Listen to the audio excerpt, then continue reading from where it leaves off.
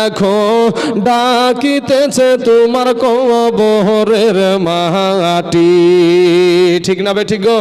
হ্যাঁ, একটু দিলখানা নরম করবেন ভাই, আপনার পা দুখানা আগায়া দেন, আমি আপনাদের পায়ে হাত দিয়ে বলি ভাই মাস্তানি করেন না। দুইটা ফারিস্তা আছে ভাই, আপনার সব আপনার যে কি নিয়াতে এখানে বসে আছেন সেটা আমার আল্লাহ জানে না জানে না গো? আমরা সবাই আল্লাহর কাছে হাজির। বাবা এ যুবক, যারা তোমরা রক্তের বাহাদুরি দেখাচ্ছ, আমার এই বৃদ্ধ আব্বাজানগুলাকে জিজ্ঞাসা করো তাদের যৌবনের এখন হালাত কি। বৃদ্ধ আব্বাজানকে জিজ্ঞাসা করো যে বাপ কি চাচা কি দাদা গো, আপনার যৌবনের হালাত কি, তাহলে বুঝে যাবা যে যৌবন কতদিন থাকবে। ওই বাবজিগুলা বিলায়া বিলায়া বলে দেবে। কবি বলছেন, ও তোর গহনা যৌবন ফুরায়া যাবে, যৌবনে লাগবে ভাটি, ওই যে দেখো ডাকিতেছে তোমার কবরের মাটি, ওই যে দেখো ডাকিতেছে তোমার কবরের মাটি। ভাইরে সন্ধ্যার আগে যেদিন ডুবিবে বেলা, এক মুহূর্তে শেষ হইবে তোমার রঙ্গেরি মেলা। সন্ধ্যার আগে যেদিন ডুবিবে বেলা, এক মুহূর্তে শেষ হইবে তোমার রঙ্গেরি মেলা। তুমি কার মারো এ জোরে ধম,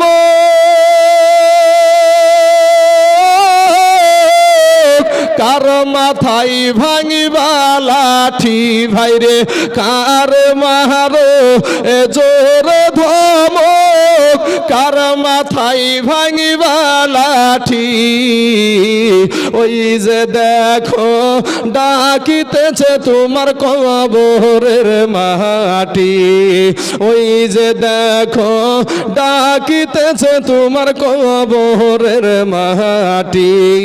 ও তোর গহনা যৌবন ফুরিয়া যাবে, যৌবনে লাগবে ভাটি, ওই যে দেখো ডাকিতেছে তোমার কবরের মাটি, ওই যে দেখো ডাকিতেছে তোমার কবরের মাটি।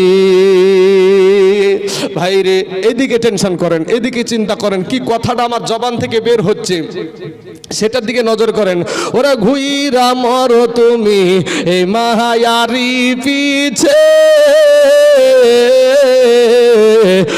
এত আশা ভালোবাসা সবই যে মিছে, ঘুইরা মর তুমি এই মায়ারি পিছে,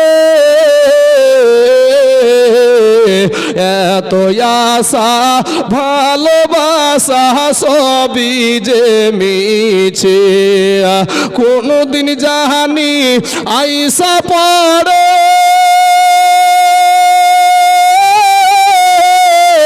আজরাইলের হাতের চিঠি, ভাইরে কোনদিন জানি আইসা পড়ে আজরাইলের হাতের চিঠি, ওই যে দেখো ডাকিতেছে তোমার কবরের মাটি, ওই যে দেখো ডাকিতেছে তোমার কবরের মাটি।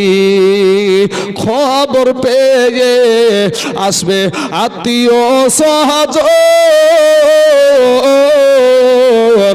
চতুর্পাশে বসে তারা করিবে কন্দন, খবর পেয়ে আসবে আত্মীয় সহজন, এই চতুর্পাশে বসে কাঁদবে আত্মীয় সহজন, মোহনের মতো এ সাজায়া দিবে কি সুন্দর পরিবাটি, ভাইরে মনের মতো সাজায়া দিবে কি সুন্দর পরিবাটি, ওই যে দেখো ডাকিতেছে তোমার কবরের মাটি। আমার এই যুবক ভাইকে প্রশ্ন, ভাই আপনাকে বলছি, আপনার সামনে যে ছেলেটা বসে আছে, এই বয়সের ছেলে, ছেলেটাকে দেখেন, ছেলেটা এই বয়সের ছেলে আপনাদের গোরস্থানে আছে না নাই ভাই? আপনাকে বলছি আছে না নাই? আছে ভাই, কোনো ভয়ের কোনো কারণ নাই, একটু উত্তরটা দিবেন। আমাদের মতন যুবক ছেলে, আপনার বয়সের, আমার বয়সের, আমার ভাইজানের বয়সের, এইরকম বয়সের ছেলে আপনাদের গোরস্থানে আছে না নাই? কথা বলেন, আছে না নাই? আচ্ছা, এই যে আমার বাবজি এখানে বসে আছে, এখানে একটা বাবজি বসে আছে, ওখানে একটা বসে আছে, এই বৃদ্ধ ব্যক্তিদের, এই বয়সের মানুষ আপনাদের গোরস্থানে আছে না নাই? আসার সিরিয়াল আছে, যাওয়ার কোনো সিরিয়াল নাই। মাস্তানি করিও না যুবকেরা। আমি এবার আপনাদেরকে আরেকটা কথা বলি, যখন ওই জায়গার হাজির হয়ে যাবেন আপনি, ওই জায়গাতে আমি যাব না, আমার কবরে আমার বাবা যাবে না, আপনার কবরে আপনার বাবা, আপনার মা, আপনার ভাই, আপনার বোন, আপনার বিবি, আপনার স্ত্রী, কেউ তো যাবে না। এটা তো আপনারাও জানেন, আপনারাও জানেন। তিনখানা পুরুষদেরকে দেওয়া হয় তিনখানা কাপড়, আর মহিলাদেরকে দেওয়া হয় পাঁচখানা কাফন। এইটা নিয়ে কবরে যেতে হয় নাকি? তো কবরে এই পাঁচখানা নিয়ে কবরে যেতে হয়। বাবাজি, শোনা আমার ভাইয়েরা, তো এবার এই কবরে যদি কেউ আসে, সেটা কেউ কে আসে জানেন? আমার দয়ার নবী আসে। জোরে বলেন একবার সুবহানাল্লাহ। আমাদের নবী, আপনার নবী, আমার নবী, সারাকুল কায়নাতের নবী আপনার কবরে সশরীরে হাজির হয়ে যায়। জোরে বলেন সুবহানাল্লাহ। মিজানের পাল্লার কাছে আপনার নবী আপনার জন্য দাঁড়াবে। কোনো ভাই, কোনো বোন, মা, বাবা, দাদা, দাদি, আত্মীয় স্বজন, 14 গোষ্ঠীর কেউ দাঁড়াবে না। মিজানের পাল্লার কাছে দাঁড়ালে আপনার নবী আপনার জন্য দাঁড়াবে। জাহান্নামের গেটে আপনার নবী আপনার জন্য দাঁড়াবে। পুলসিরাতের পারে আপনার নবী আপনার জন্য দাঁড়াবে। হাউজ কাউসারের পানি আপনার নবী আপনাকে পান করাবে। আপনার 14 গোষ্ঠী বা আমার 14 গোষ্ঠী কিন্তু আমাকে সেখানে উদ্ধার করবে না। করলে কে করবে? আমাদের নবী করবে নাকি? তো এই নবীকে ভালোবাসেন তো নাকি? ভালোবাসেন? কে কে ভালোবাসেন একটু হাত উঠান দিন। আলহামদুলিল্লাহ, মাশাআল্লাহ। এবার আপনাদেরকে হাত উঠালেন, যারা হাত উঠালেন না নিজেকে খুব চালাক মনে করেন নাকি? অনেকেই কিন্তু হাত উঠায়নি, মৌলবি সবাই দেখছে, মৌলবিরা সবাইকে দেখছে, আর মৌলবিকে সবাই দেখছে। এক মুড়ল গেলছে বাবা, এক মুড়ল বিচার করে দেশের। তো মুড়লেরা তো যারা বিচারক হয় তাদের কিন্তু অনেক রকমের ব্রেন থাকে, থাকে না? তো মুড়ল গেলছে পায়খানা ফিরতে। এখন তো ঘরে ঘরে টয়লেট পায়খানা হয়েছে, হয়তো তো, হ্যাঁ? আগে তো পায়খানা ছিল না এরকম। বাবু বদনা নিয়ে চল মাঠে, বদনা নিয়ে মাঠে, কোন জঙ্গলে, কোন আড়তে, কোন গাছের রোতে এইভাবে পায়খানা হতো না ভাই। তো মুড়ল গেলছে বাবা বদনাই করে পানি নিয়ে পায়খানা ফিরতে। তো পায়খানা আরাম করে মাঠের পায়খানা বাতাস খাচ্ছে আর চালাচ্ছে, বুঝতে পারছেন, বিড়ি টানচার। তো টানতে টানতে পায়খানা আরাম করে ফিরার পরে যখন পানি খরচ করতে যাচ্ছে চাচা, মুড়ল দেখছে পানি নাই, বদনাতে পানি নাই। বদনাটা কি?